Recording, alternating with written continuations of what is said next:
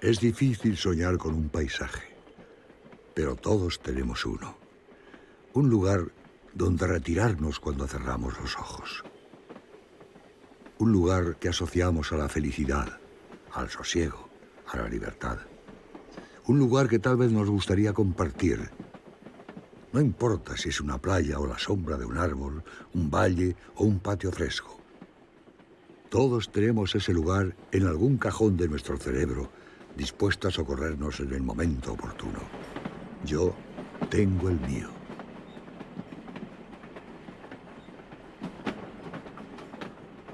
No es un lugar imaginario. Viví en él una buena parte de mi vida. Apenas unos pocos kilómetros cuadrados, rodeados de cumbres con nieves perpetuas. Un lugar donde conocí el amor, la solidaridad, la valentía y el miedo. Un pueblo con muy pocas casas y una estación inmensa. Una estación que fue mi propia casa. Hoy está abandonada, como una ballena varada entre montañas. Tal vez olvidada por todos, pero no por mí. Este es mi sitio.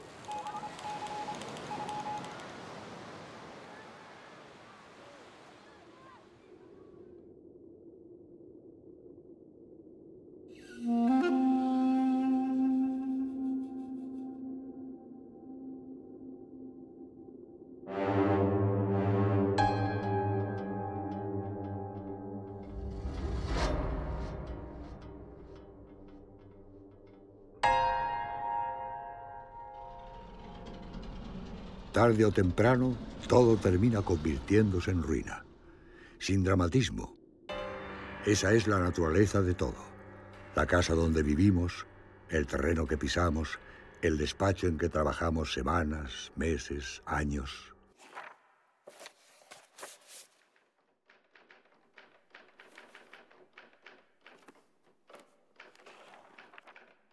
Mi abuelo tenía mucha sangre fría. En los momentos realmente que había que tenerla, la tenía. Pero también era muy impulsivo, por otra parte. Mi abuelo era un mar de contradicciones. En algunas personas no cobran importancia y no sobresalen, pero en otras, enfrentadas a acontecimientos excepcionales, sí.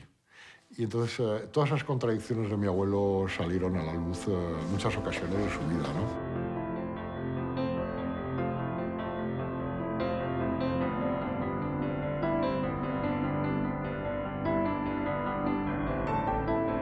Mi abuelo quería haber sido marino. Y toda su vida le encantó el mar y todo lo que estuviese ligado al mar. Y esa era su vocación. Pierde a su padre cuando tiene escasamente un año, porque en pleno invierno se tira al agua en un canal en Brest para tratar de salvar a alguien. Al final consigue salvar a esa persona, pero tiene una pulmonía mal curada, y esa lo lleva a la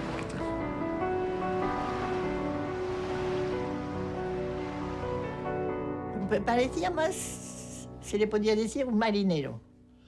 Yo le veía la mirada del marino.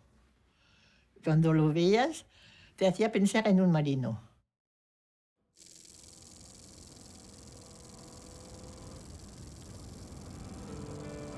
Lo llevé ya jubilado, el hombre tendría unos 70 y tantos años. Ya le propuse que por qué no los llevaba a los dos a Bretaña, ¿no? Y me sorprendió que después de tantos años, casi más de 40, conservara tantos amigos allí. Al final de la Primera Guerra Mundial, el rediseño de las fronteras entre Alemania y Polonia fue causa de grandes tensiones. Yo estaba entre las tropas aliadas que mantuvieron la paz hasta la celebración de un plebiscito. Aun siendo muy joven, fue ocasión para conocer de primera mano qué significaba vivir en un país invadido. Y él en particular lo mandan a Alta Silesia, donde hay una alta proporción de población alemana, ¿no? Y ahí permanece 2 años, hasta el año 20. Y bueno, le ofrecen la posibilidad de aspirar a aduanas. En ese periodo nacen las 2 mayores. Mi madre, que es la mayor, y su hermana Yvette. Georges nace ya en una etapa posterior en Brest. No le gustaron nunca las grandes ciudades. Tampoco le gustó el tener jefes, ni le gustó la burocracia. Le gustaba la acción. Mi abuelo buscaba los destinos en los cuales guardase toda su independencia y al mismo tiempo el destino fuese excitante. Quedaba Canfranc libre y entonces pues nada, se ofreció.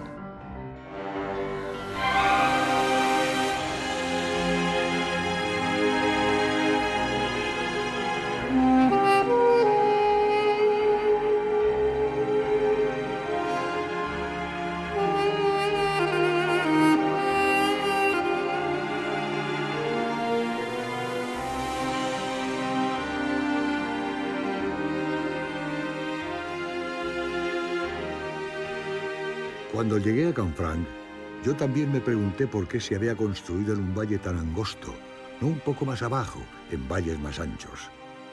Con el tiempo, supe que el ejército español había influido en la decisión. Porque la doctrina que se mantiene en aquel momento en defensa es que el Pirineo tiene que ser una barrera impermeable y el ferrocarril tiene que ser de ancho de vía distinto para que no se pueda pasar de un lado al otro. Un ferrocarril que llegaba a Canfranc, que se había una vía de comunicación con Francia, y para alguien le pareció que aquello podía entrañar un peligro y se empezaron las fortificaciones en todo el Pirineo, la fortificación del Fuerte del Col, las torres de fusileros.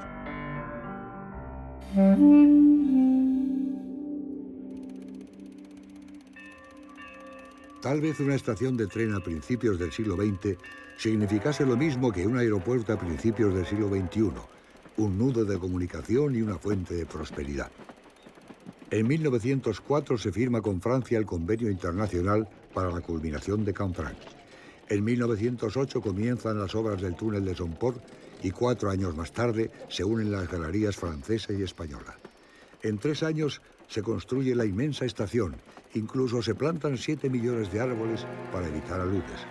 El rey Alfonso XIII y el presidente de la República Francesa inauguran la nueva línea en 1928.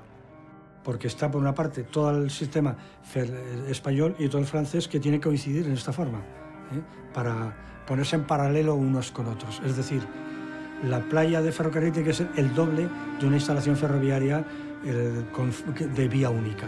Eso obliga, primero, a que el edificio de la estación tenga que ser tan enormemente largo, porque tiene que tener los andenes longitud para que quepan 2 trenes enteros, uno detrás del otro, en cada lado. Lo mismo pasa con los tinglados de los almacenes de mercancías, lo que llaman los muelles, ¿no?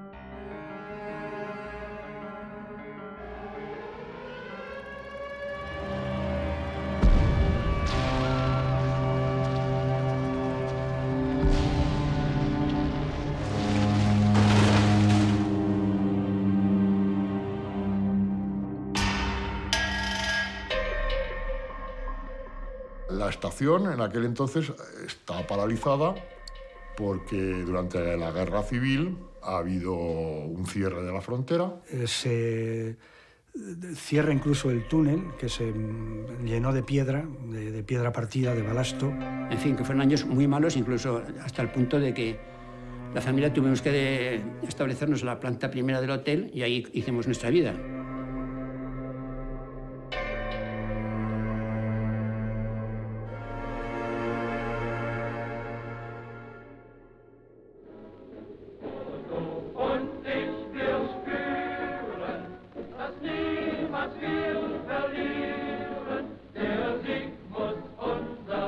nadie en aquel entonces piensa que va a haber realmente una guerra.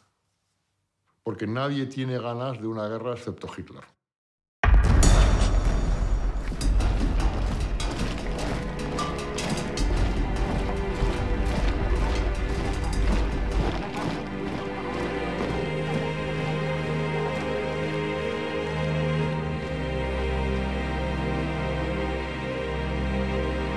Mi abuelo no admite que Francia se rinda. Que mi padre era así, porque no podía soportar que un país extranjero invadiera Francia. Entonces, su deseo es el de ir a luchar el único lugar donde lo puede hacer, que es en Inglaterra, ¿no? Pero es cuando André Manuel le dice que es mucho más importante que se quede ahí, y sobre todo en el puesto en el que está.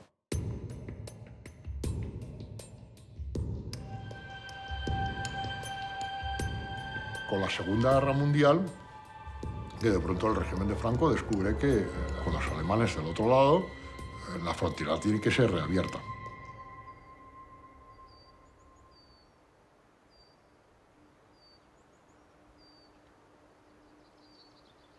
Habían minado el túnel. Y entonces mi padre dice, vamos a abrir el túnel, pero ¿quién es el guapo que ahora, sin saber dónde están las minas, quién pasa? Mi padre dice, yo paso, pero que pase también un español, un oficial español. Y pasaron los dos evitando, no sabían dónde estaban las minas. Cruzamos los 8 kilómetros de túnel, pero el mayor peligro no estaba en nuestros pies, sino en nuestras cabezas. Éramos muchos los que no podíamos soportar la idea de una Francia invadida, pero la realidad es que no estábamos organizados. Ni por asomo yo podía saber que en ese momento Louis de la Bourdonnais, en el centro del país, estaba creando las primeras células de la resistencia francesa. Non, je ne crois pas qu'il ait jamais eu peur. Il a eu la chance d'avoir une grande part d'inconscience. Entre la valentía y la audacia hay una línea delgada difícil de definir. La Bourdonnais tuvo la iniciativa, pero le faltaba organización. Desde Londres, el gobierno francés en el exilio encontró cómo resolverlo. Alors, elle dit très bien, on va vous envoyer un spécialiste. Et on a envoyé Rémy. El coronel Rémy, cuyo nombre auténtico era Gilbert Renaud, llegó a ser el jefe de la resistencia francesa. Il est passé par l'Espagne, il est arrivé à Madrid, où il a retrouvé son ami Jacques Pigeonneau, qui est devenu son premier adjoint de tout le réseau. Pigeonneau me telefoneó avisándome de la llegada de Rémy a Canfranc. El 16 de marzo de 1941, ayudé a Rémy a pasar por la aduana la primera radio para que la resistencia pudiese comunicarse con los aliados. Además, me pidió que sirviese de enlace para los correos que enviaba cada 15 días. Desde entonces, me integré en la red clandestina. Parce que sans Albert Lelay, mon père se cassait la figure et son réseau aussi.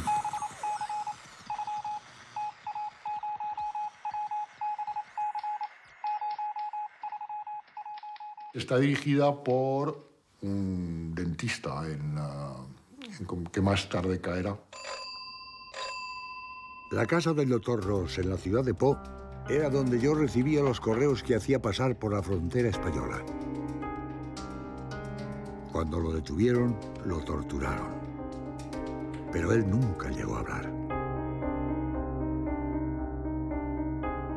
Des courriers chiffrés par mon père et ses agents qui transmettaient, qu'on passait à Lelay, qui les transmettaient soit au Pigeonneau, qui les transmettaient de l'autre côté par l'ambassade à Londres. Du moment où la radio est arrivée, les émetteurs, tout ça a changé. Les premières radios sont arrivées par Canfranc, parce que justement c'est Lelay qui les a fait passer.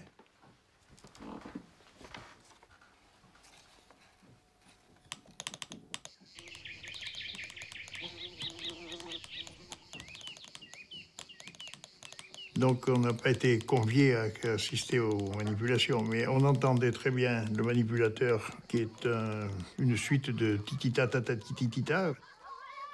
Mon père disposait d'une dizaine d'émetteurs qui disposaient un peu partout en France, avec un émetteur. Les Allemands devenaient fous parce qu'ils ne savaient plus qui faisait quoi. Ils ont appris, et ça coûtait très cher.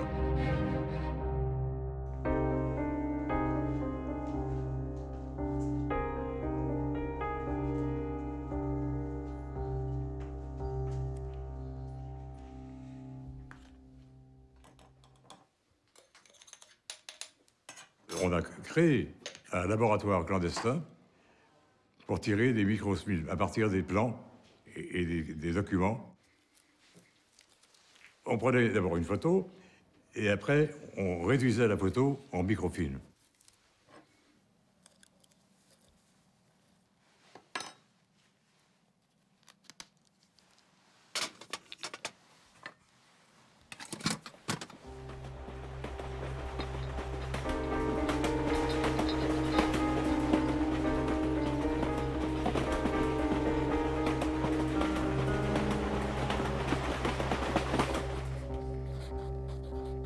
Il y a beaucoup de gens qui se sont fait piquer, qui ont été fusillés, déportés.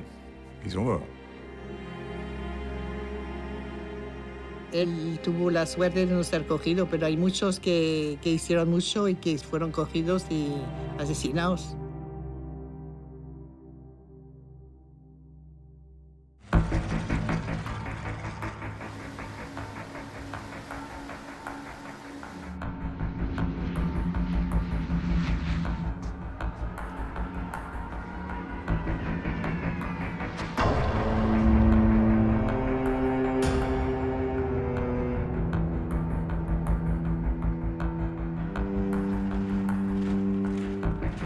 Cuando llegaron ya a 30 kilómetros de nuestra casa de verano los alemanes, mi madre le dijo a mi padre, mira, hay que irse.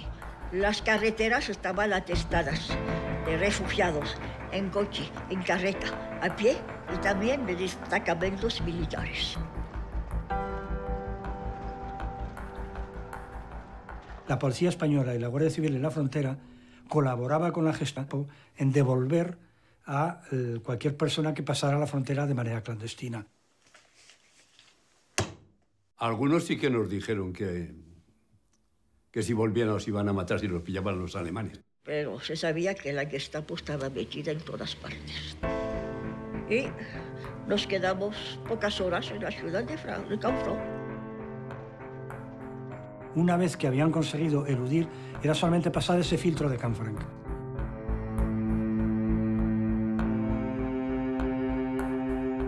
Como eran esta gente todas perseguidas, se buscaban la forma de salir de Francia. Pasaban cantidades enormes de judíos todos los días. Yo no sé, hubo una época que pasaban, pero muchísimos. Se llenaba el comedor era enorme. Y claro, la gente venía allí pues a pedir algo, tomar algo, para hacer espera mientras estaban los trenes preparados para llevarlos a Portugal. Sobre todo iban muchos a Portugal.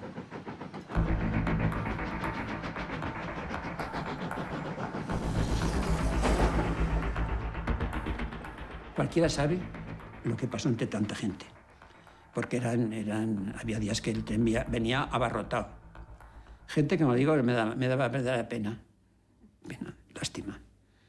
Era gente en aquellos momentos perseguidos ¿de qué manera además? Porque si los cogían sabían dónde iban.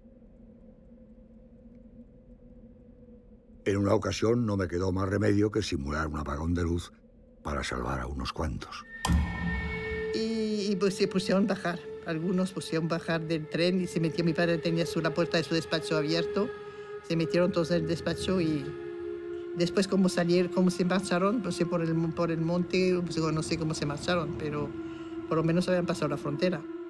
Yo cogí gente con niños en los brazos. Me acuerdo que había orden de devolverlos y era un cuadro que yo dije muchas veces que ni Goya lo pintaba.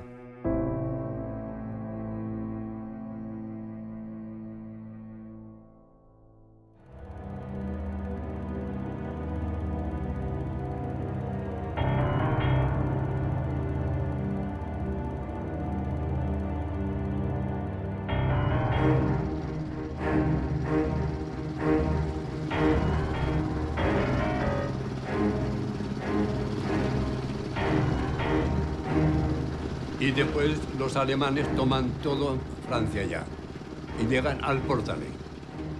Y ahí habría pues unos 50 alemanes también, porque era un paso muy importante.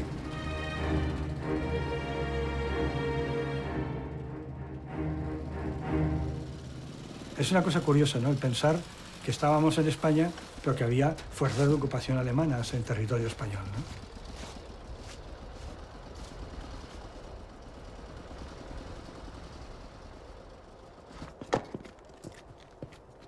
Lo que sí recuerdo es que había toque de queda para la colonia francesa, y entonces los alemanes los obligaban a estar a las 8 de la tarde en su casa. Estaba el comisario de policía francés, viviendo en el hotel también. Había una convivencia un poco extraña, claro. No había animosidad hacia lo que era el ejército regular alemán, pero sí la había hacia todo lo que representaba el régimen nazi. Mi padre, como un gesto de buena voluntad, yo recuerdo que dijo que les invitaba a cenar a todos juntos. Y yo recuerdo que fue una noche curiosa porque ahí nadie decía ni mu.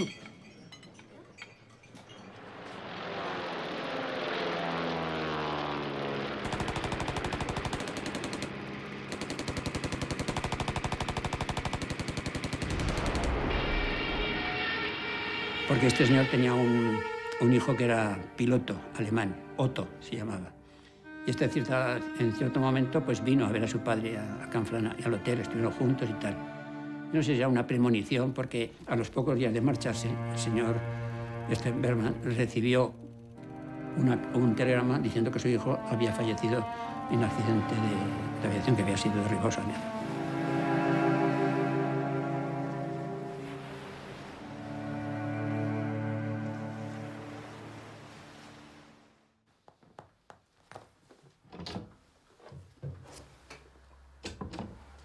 Les Gestapo savaient très bien qui était devenu mon père. Et ils ont cherché à prendre ma mère et nous pour que mon père se donne aux Allemands. On a échappé comme ça. Hein? Rémy logró escabullirse. Pillonneau fue destituido. Labardonie se vio obligado a huir. Y el doctor Ross fue detenido y torturado, pero no se fue de la lengua. De este modo, algunos nos pudimos salvar. Entonces cae una parte de la red que es la que está en Pau, cae el jefe de la red y en Ologon. Pero la parte que corresponde a mi abuelo no es tocada.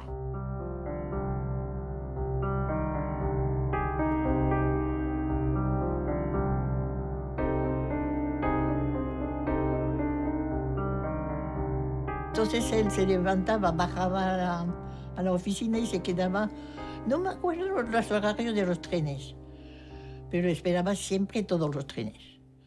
Porque si hubiera algo anormal, si venía algún paquete para él, si venía alguien escondido, tenía que estar hasta frente de lo que cayese.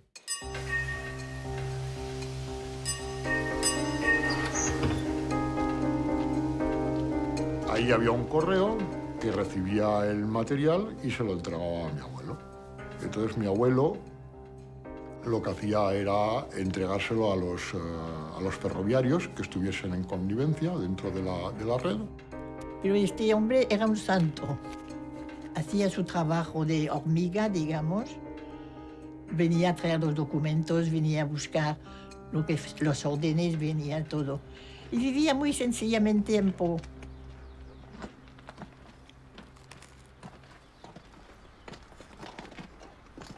Se sentaba en el borde de la vía y empezaba a comer, pensando siempre ya me cogen, y no, nunca lo cogieron.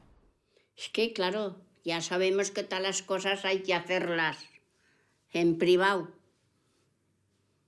Que de cuanto menos se habla, mejor, ¿no? Las Pardo estuvieron mudas. No dijeron nada. Nunca.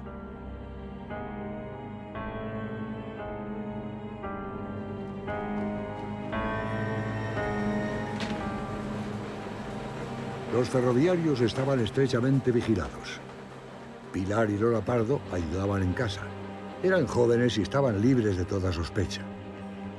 En la estación de Zaragoza, un sacerdote recogía los documentos que yo les había entregado. Él se encargaba de hacerlos llegar a la embajada inglesa en Madrid.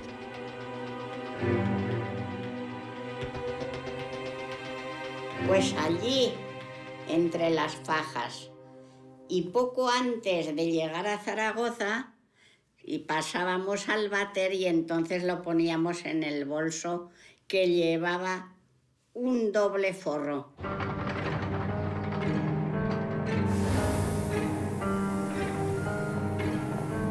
Miraban a la gente mayor, no a las crías. Eso fue muy fácil. Eso fue muy fácil.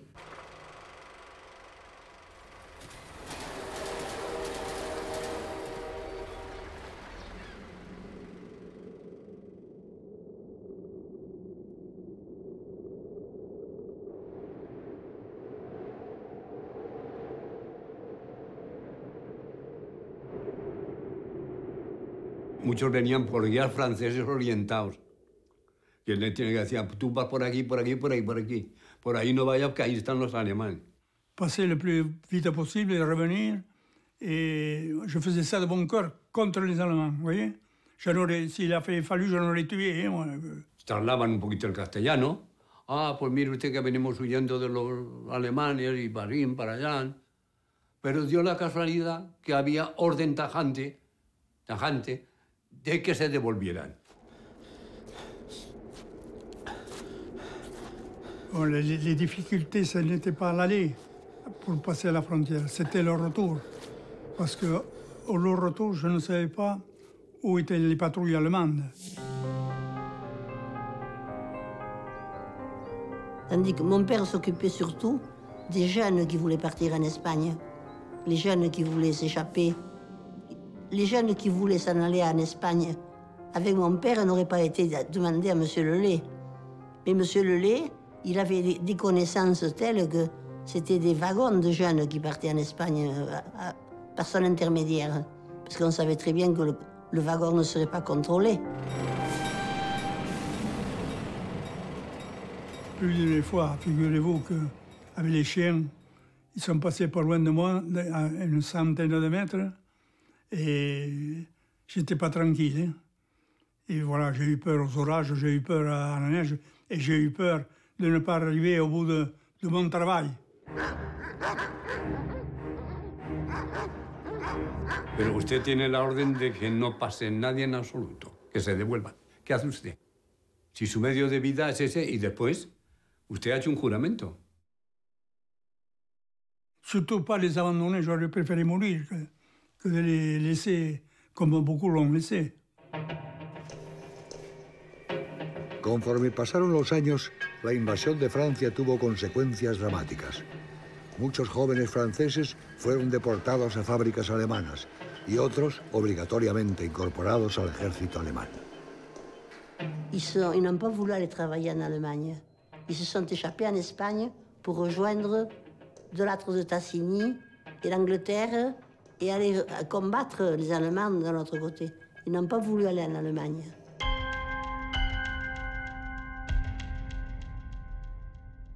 Yo sé que pasaban por el monte. Yo me acuerdo que una vez un carabinero llegó a mi padre y le dijo, señor Lelay, y se puso a llorar. Nunca más lo haré. Había parado un grupo de franceses que pasaban por el monte, vieron una patrulla alemana y los entregaron los franceses.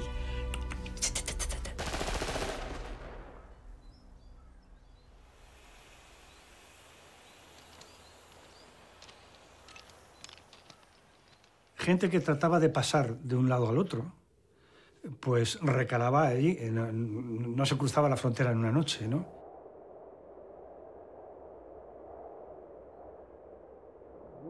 El bar, como está muy bien situado, fue un poco el mentidero donde se juntaban gentes del pelaje más variado, ¿no? Desde espías, prófugos, gente que trataba de cruzar la frontera. En esos momentos, el bar de mi casa, de Casa Marraco, pues era Era el bar de Ricky, exactamente igual que el de Casablanca, con todo ese tipo de personajes, ¿no? Mi padre pues estuvo encarcelado y luego detenido varias veces, ¿no? Porque se le sospechaba que era un poco el enlace con los maquis y que de alguna manera era el punto de contacto para los rojos españoles que trataban de pasar a Francia después de la guerra, ¿no? Uno de los colaboradores de mi abuelo. Es decir, que Marraco aceptaba gente de los que pasaba mi abuelo a través de la frontera provisionalmente hasta que los pudiesen transportar hacia el sur, ¿no? Algunos de los policías menos afectos al régimen había avisado a mi padre, cuidado, que va a haber un registro o algo así, pues la persona que estuviera escondida, cambiarla rápidamente y marcharse a otro lugar.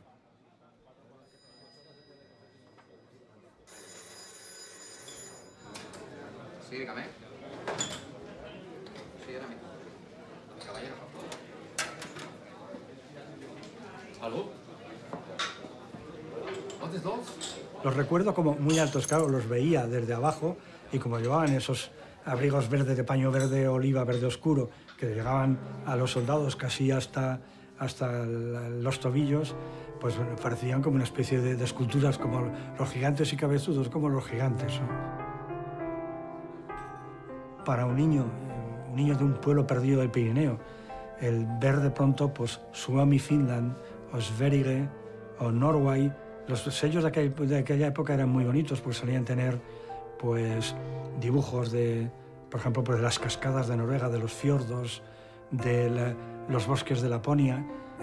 Yo aprendí mucho más con los sellos que con la enciclopedia Salinas, que era la que estudiábamos en la escuela de mi pueblo, geografía, ¿no? Y claro, ahora piensa, dice, ¿con quién me jugaba yo las cartas? ¿Quién podía ser el espía allí?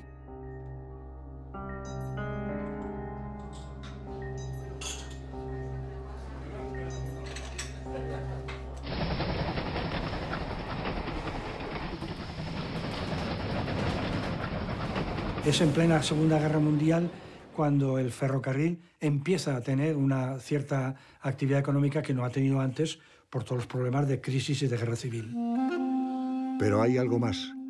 A diferencia de otros pasos ferroviarios al nivel del mar, Canfranc estaba lejos del alcance de los portaaviones. Era un lugar perfecto para el paso de mercancías con destino a Alemania. Resulta paradójico que por la misma frontera por la que se transportaba hierro y wolframio para fortalecer al ejército nazi, nosotros pasásemos documentos secretos cuyo objetivo era justamente lo contrario, derribarlo. Pero nosotros teníamos que trasladar entre dos personas 11 toneladas. Pero eran 11 toneladas que costaban mucho porque, claro, pesaba mucho. España y Portugal tenían minas de hierro y wolframio, mineral imprescindible para el blindaje de todo tipo de armamento. La Alemania nazi estableció acuerdos comerciales secretos con dos países que aparentemente eran neutrales.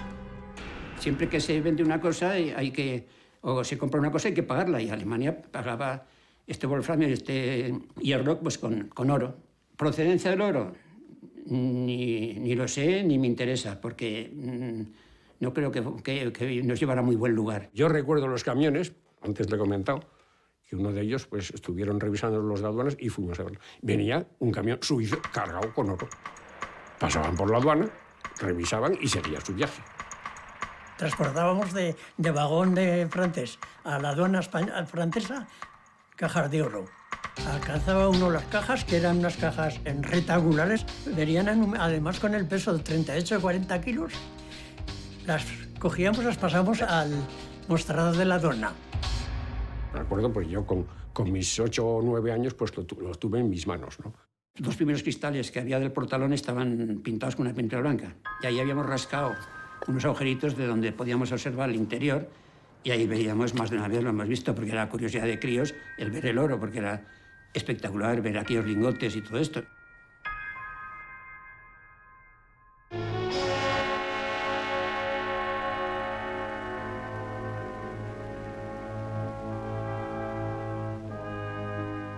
Su madre estaba en Brest. Fue horrible porque estaba toda sola, la pobre, a los 82 años, le bombardean la casa, la dejan completamente casi desnuda en la calle y no sabiendo dónde ir, no sabiendo dónde estaban sus hijos. Su madre estaba recogida en una casa de mayores y le había dicho que iría a buscarla. Y tardó y sé que murió la abuela y él debió de... Allí me parece a mí que le cayó, se lo reprochó siempre. Se lo reprochó a sí mismo, a nadie más. Esa era la única cosa que él me contó lo torturaba.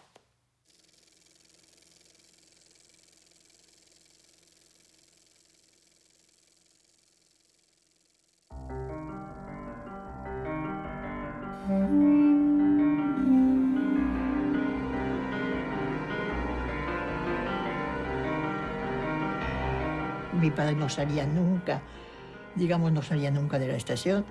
Los últimos días, porque le dijeron que no se pusiera en la parte española, porque le podía pasar cualquier cosa. La Gestapo lo ha identificado y que va a venir a buscarlo. Le dice, señor Lelé, le van a coger. Escápese, márchese. Hay una llamada. Hay una llamada de Oloron, creo recordar, en el cual se dice que ya lo ha identificado la Gestapo. Y viene Julia corriendo, diciendo, señora, tiene usted que ir a casa enseguida que la llame mi padre. Bueno, mi madre se lo figuró. Al día siguiente, mi padre fue a ver al padre de Asso, una persona muy seria y muy inteligente. Y entonces mi padre le pidió, mañana vienen a buscarme los alemanes, ¿usted me puede ayudar? A él lo llamó Asso, Félix Asso, el viejo, vamos, el abuelo. Oye, José, mira a ver si puedes hacer esto, que a este hombre lo van a venir a buscar y quiero que lo lleves a la Borda Clavetero. Con su señora salían todos los días a dar un paseo, después de comer. Y eso es lo que engañó a los alemanes. Mis abuelos salen. Entonces, mis abuelos salen por la vía. Y bajaron por donde las máquinas españolas. Pues allí abajo bajar e ir directos a coger el túnel. Y lo bajó por ahí por los túneles, a ella, a la madre, la mujer y el hijo y un perro.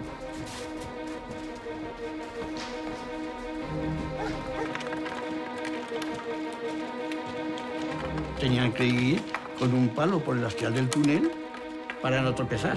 Mi hermana Pilar lloraba porque sabía que esa era una fuga que no volvían.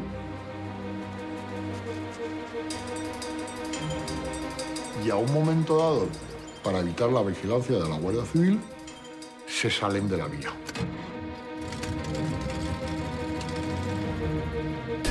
La Gestapo llega a Canfranc y se encuentra con que el pájaro ha volado.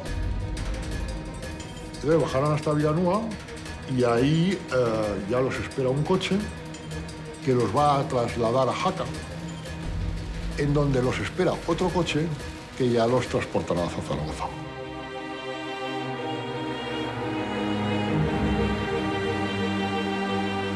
A los pocos días de llegar a Madrid, me entero de que la Gestapo ofrece a las autoridades españolas 30 republicanos a cambio de mi captura. De inmediato, me pongo en contacto con la embajada francesa, donde me dicen que no los comprometa, que la situación es delicada. Me siento desconcertado al ver que mi propia gente no me presta ayuda. Desesperado, contacto con la embajada inglesa y ellos sí me echan una mano. En poco tiempo preparan la huida. Un coche me lleva a Sevilla. Allí espero durante unos días en un piso franco hasta que puedo trasladarme a Algeciras. La policía española me sigue los pasos de cerca y en el puerto hace un registro minucioso de todos los barcos. El temor me induce a improvisar una farsa. Entonces a mi abuelo no le queda más remedio que ponerse ropa de marinero, ensuciarse, se ensucia, entra dentro de un camarote y se mete en la cama. Y cuando llega la policía y abre la puerta del camarote... Y mi padre dijo, shut the door, please. Y me hacía una voz muy seca. El otro dice, ay, perdón, perdón. Y empieza a insultarlos en inglés. Y claro, ahí la policía cree que ha topado con un marinero que está fuera de su turno de guardia y está descansando y cierra la puerta.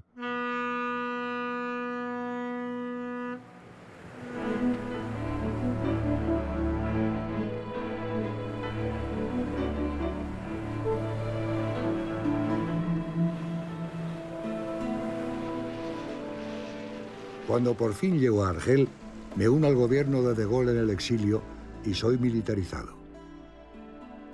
Durante los años que permanecí en aquella ciudad, siempre me supe vigilado por agentes alemanes.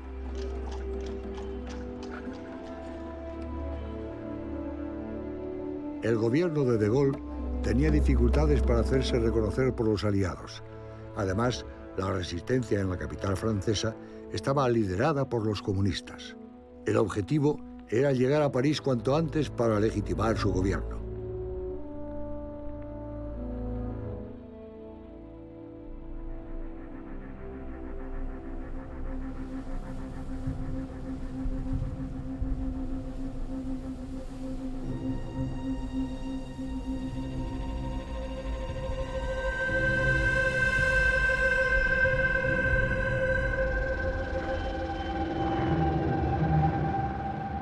Entonces, las instrucciones a mi abuelo son bien claras. Hay que llegar a París como sea. Lo hace tan deprisa que muchas veces anda muy por delante de las tropas alemanas en retirada. En más de una ocasión roba vehículos militares alemanes, unas veces era clandestinamente, a escondidas, pero en otras ocasiones lo tuvo que hacer a punta de pistola.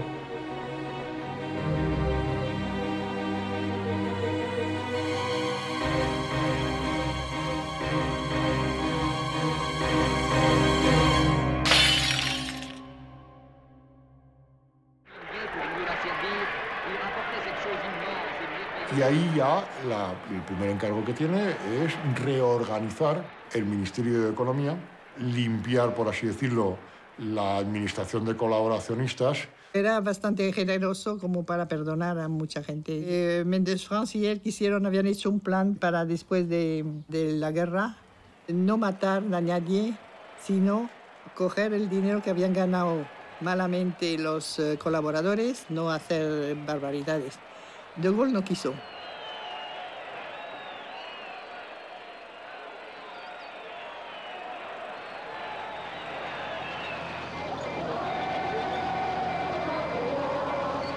Y había muchísimos puestos de mucho interés y de mucha responsabilidad libres. Lo rechazó.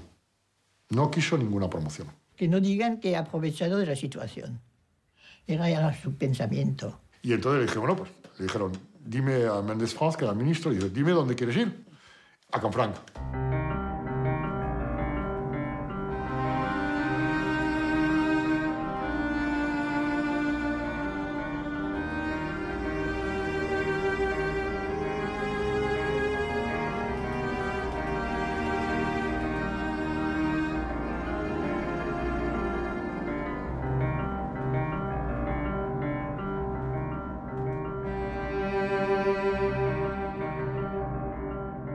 Y la idea de mi abuelo era resucitar la estación, porque toda la época que él había vivido era una época anormal, en la cual la estación no había cumplido el objetivo para el cual había sido construida, que era pues, ser el lugar de paso de viajeros y mercancías entre dos países que tienen unas relaciones pacíficas. Él había vuelto a Canfranc después de haber ido a Argelia, porque si no lo cerrarían. Puede ser una broma, puede ser, pues si no lo cerrarían. Otra cosa era, se dice que le llamaban y se llamaba él en coña, eso lo he vivido yo, el rey de Canfranc.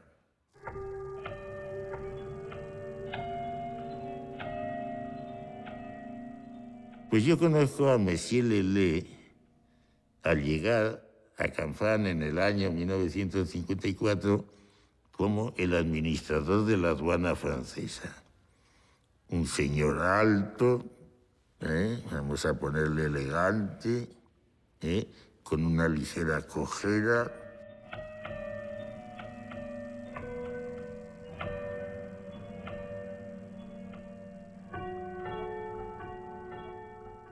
Cuando volvió, reunió todos los de aduanas que había ahí, los inspectores y todo esto, y les enseñó todo lo que tenía, porque tenían muchos escondrijos en los trenes. Tenían muchos compartimentos, digamos, no sé, que habían arreglado para poner papeles, para poner personas. Habían adecuado los trenes, los ferroviarios.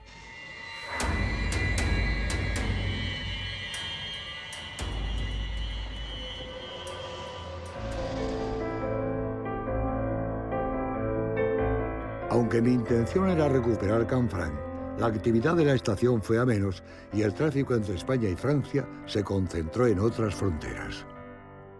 Todo el mundo lo quiere en puestos de responsabilidad y él no quiere. Y se resiste continuamente. Hasta que hay un momento dado en que le fuerzan. Prácticamente le fuerzan. Le obligan a ir a Bayona. Nos vamos ahí. Es costumbre en España el que hagáis una despedida al que se va, con lo cual tachó a aquellos que él no quería invitar por la razón que sea. Mis abuelos, cuando se jubilan, deciden vivir al lado de la frontera. Mi abuela quería una ciudad y mi abuelo no quería una ciudad, quería el campo. Y entonces llegaron a un consenso, a un acuerdo. Ni para ti ni para mí. Y entonces escogieron San Juan de Luz.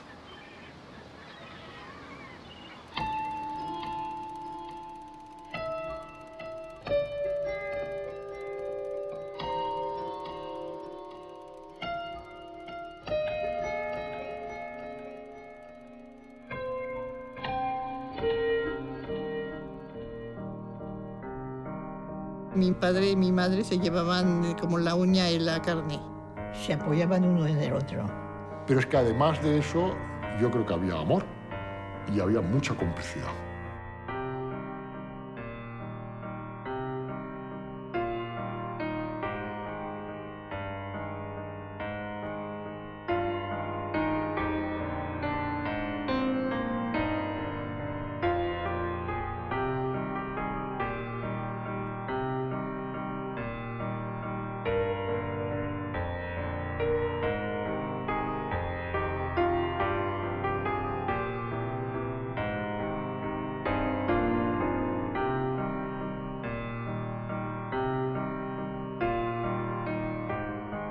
El giro a su vida es ocuparse de los nietos.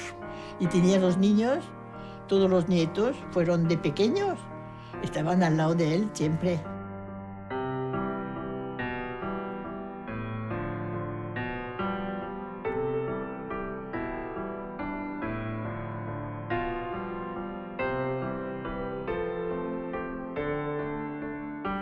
Siempre los nietos. Y cuántas veces se peleaban para tener el sillón del abuelo. Y el abuelo llegaba, él sabía muy perfectamente, cogía uno por una mano y una pierna y los echaban en el sofá grande. Y estaban todos felices.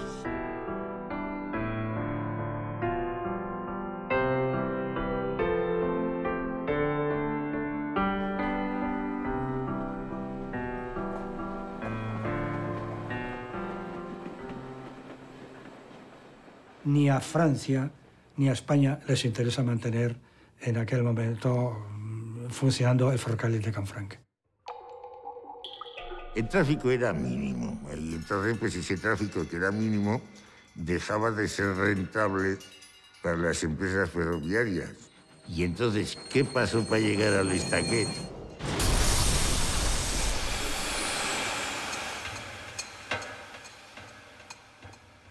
Le fameux pont de l'Estaquet était écroulé, le train était dans le Gave était rempli de maïs. Et je ne croyais pas mes yeux, je dis mais c'est pas possible, comment ça a pu arriver une chose pareille? tout avait explosé. La locomotive qui était passée en premier avait tamponné la montagne.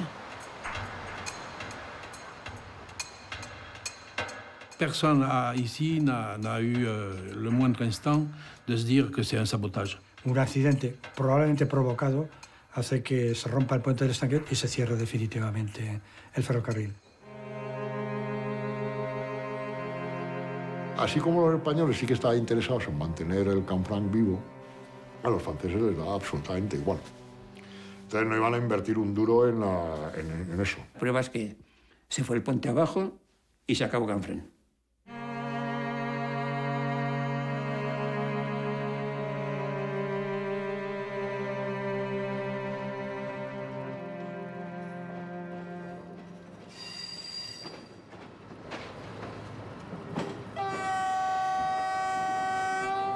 Son las 7 de la tarde.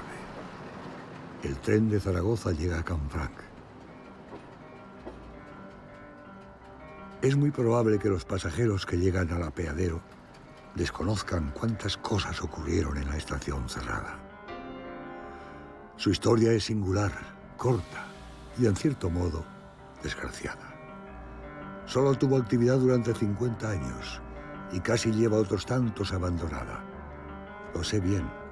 Durante años fue mi lugar de trabajo y también mi casa. Pero todo cambia. Nada es para siempre. Ninguna estación es un sitio donde quedarse. Es siempre un lugar de paso. Queda poca luz. La tarde se echa encima. Todos nos fuimos. Hoy vivimos en los demás, en sus recuerdos. O tal vez ni eso. Somos sombras en un haz de luz que nos proyecta en una pantalla.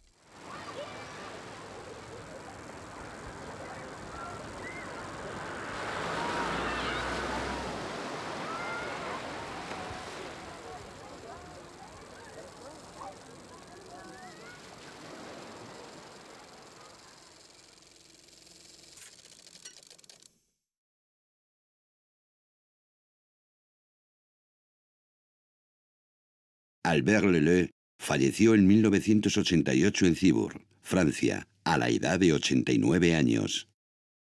Recibió la Legión de Honor Militar de la República Francesa, la Medalla de la Libertad del Congreso de los Estados Unidos y la Medalla de la Resistencia Francesa.